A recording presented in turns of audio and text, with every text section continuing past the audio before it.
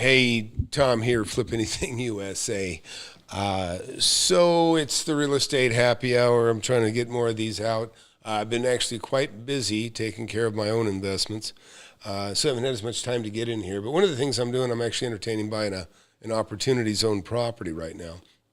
And so I thought we could talk about that a little bit. I'll wait till we get a few more people in the inside here. So, hey, if you just got here, please hit that like button, hit that subscribe button.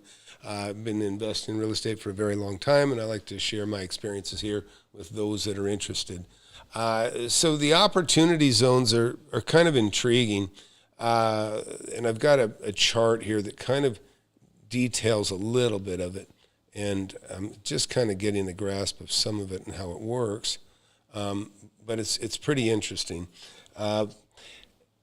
There's some incentives. Most of the opportunity zone properties that I've seen come up have been in, what I would consider, pretty nasty armpits of neighborhoods that I really wouldn't want to invest in.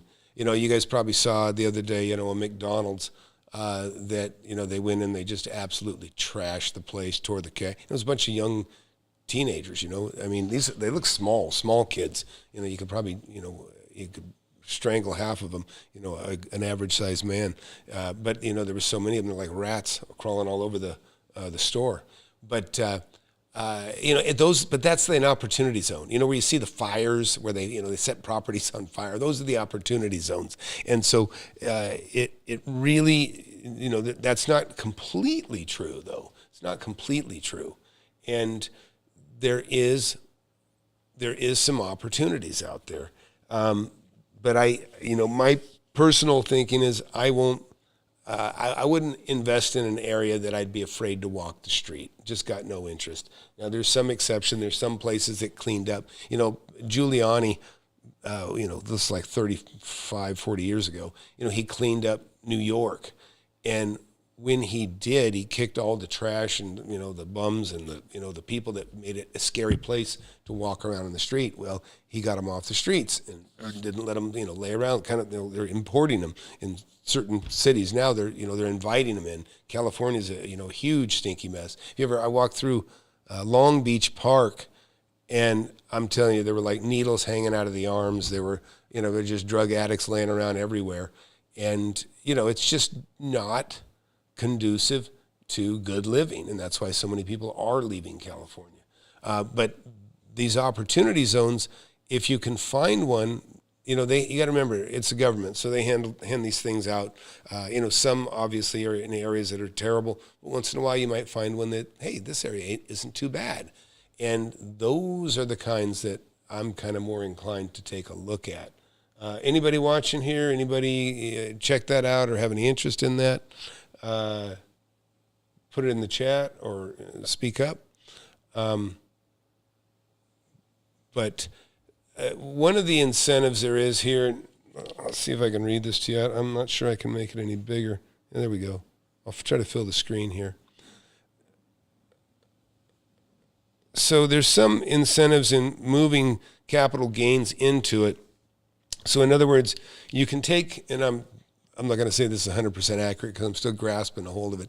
But let's just say I tax deferred an exchange and I moved $500,000 into deferred that gain into the purchase of a property that's in an opportunity zone.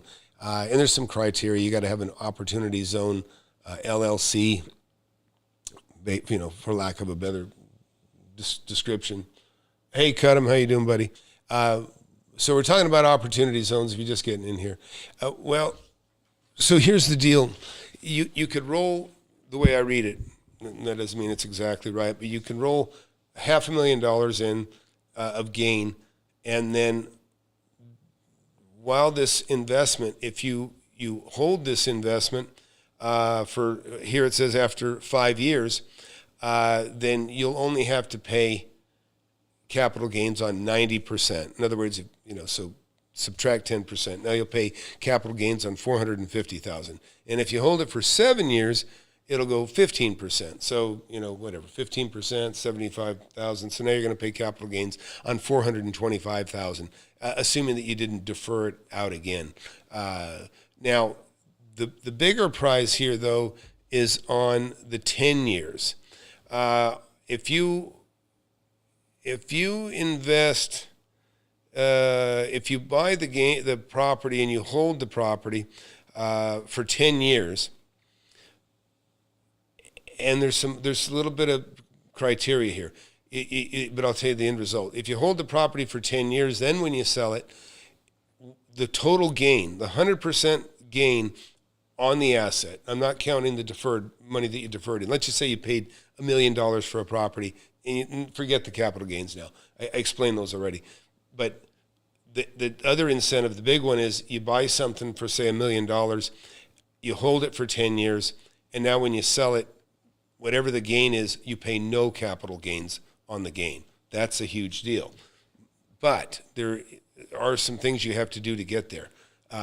The way I understand it at this point is that you have to take a look at the asset, and there's whatever the percentage is of the value is land, as opposed to the percentage that is the improvements, the buildings basically. If you match, I think it's match, or maybe a percentage of, if you improve the property, so you put as much money into the property as, say, the basic asset, the improvements are already worth. So let's just say you got $1 million piece of property, and there's $300,000 worth of structures, and the land's worth $700,000. Well, if you spend another $300,000 to improve it, or maybe add another building or extend onto it, you will have met the criteria of improving the property to the point that now greenlights you for having zero capital gains when you sell it. In other words, you get the capital gains, you don't have to be taxed on them. So that's how I've read it so far. I don't think I have it 100%. I'm not sure that you have to match the actual improvements, one for one, or a percentage thereof. Maybe somebody watching knows better. But that's a big deal. It's the difference of throwing into something. It's just kind of a hedge. It's just another hedge. And I can tell you right now, Chris here, who works for me, he said he was in talking to his CPA, and his CPA told him, yeah, people are hurting. People are hurting. He's seeing it. I've had a number of people that have joined the mentorship lately. I've got real estate agents, I've got mortgage brokers, I got ex-wholesalers, and I've got other people that are just well-established investors in my mentorship. But a lot of the guys that are working in the real estate related fields, they're starting to hurt. There's not as many loans. There's not as many appraisals. All these guys are starting to get hit a little bit. And so, that's kind of how it works. You hear about trickle down. It's true. The wealth trickles down, and so does the poverty. So anyways, but this is of interest to me. By the way, so I got a webinar tonight, 7 p.m., that's in about an hour and 45 minutes. I urge you to get in there. Go to flipanythingusa.com. In fact, I'll show you this real quick. Let's see. Get that out of there. Don't want nobody seeing that. Let's look at this and this. Let's see. Go to Flip Anything USA.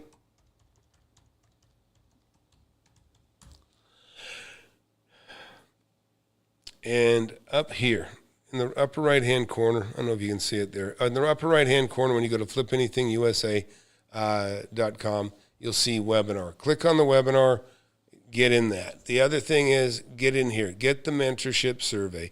Fill that out, because I'm scrutinizing the people very hard. Look, you can't just sign up into my webinar. You can get into the webinar for free. That's no problem. But you can't just get into the mentorship. You have to be approved. I don't let just anybody in. I've got a really good record. If you take a look at these guys here, this is Rich, this is Mike, this is Ken, Tina, Ron, Garrett, Chris, Liam, Steve. Some of these people made more than $1 million in a very short time. And the reason is because I have the guarantee I've got the sharpest students of any mentorship out there, but it's because I vet them, right? I vet them. I like people that are sharp. I like business people. I like businessmen, businesswomen, and I like just business-minded. You don't have to be self-employed or in business, but you certainly got to think like a businessman to be in my class, and that's what I look for. I look for sharp sharp people. And I'll tell you, let me just tell you, I know people that hire engineers, for some of the big, tech companies, and this is just a fact. And I've even hired out, double E's and tech engineers. And when you get a group of highly skilled engineers, they just make magic. They make things, like you got the iPhone, you got all these different crazy things. That comes from putting a group of intellectuals together that are really good at what they do. In any facet of engineering, you're going to get just phenomenal results. And guess what? Same thing happens in my mentorship. You get the best brains, you get the people that are the smartest. Everybody's on the same side. Everybody's trying to make money, and they're happy to share with each other. But everybody brings something to the table, and it's a really, really cool thing. And you'll learn a lot. Believe me, I teach everything that I know to my students. I don't share it out here on YouTube, but I share a lot. But I give them everything. But everybody gives their all. And as things evolve and people are sharing some great information, I learn too. So urge you to get in there if you can get in there. I actually have my girlfriend had an emergency appendectomy today, and so she's feeling a lot better than she did yesterday. But I got to go check on her, and I got an offer. Oh, geez. Yeah, we'll see. Anyways, and so here's the other cool thing. I got one of my students making $1 million this weekend, over the week, and I've got another one just made 70. Another one, he made $1 million about 2 months ago, and it looks like he's making another $400,000 on the deal he's working on right now. I've got a very lucrative deal here. I'm hoping I'm about to sign that I'm working on, and these are the kinds of things that can happen. Listen, don't listen to people. Listen, Dave Ramsey telling people, oh, this is the best time to buy a house. That's bullshit. He doesn't know. Other people saying, oh, don't buy anything. Wait it out. They don't know. Listen, it's always a good time to buy real estate. You just have to buy it right. There is no bad real estate. There's just bad deals. Don't make a bad deal. You have to buy under market relative to what the market is today. And if you're smart, you sell it right away so you can make that delta on the bargain that you made. That's just how it works. So anyways, I am going to go. I got to go visit, and I'm going to go get some dinner before I come back and have the webinar. But please go to flipanythingusa.com. Get in the webinar. You'll never see a webinar like mine. I promise you that. I take you basically over my last 40 some odd years.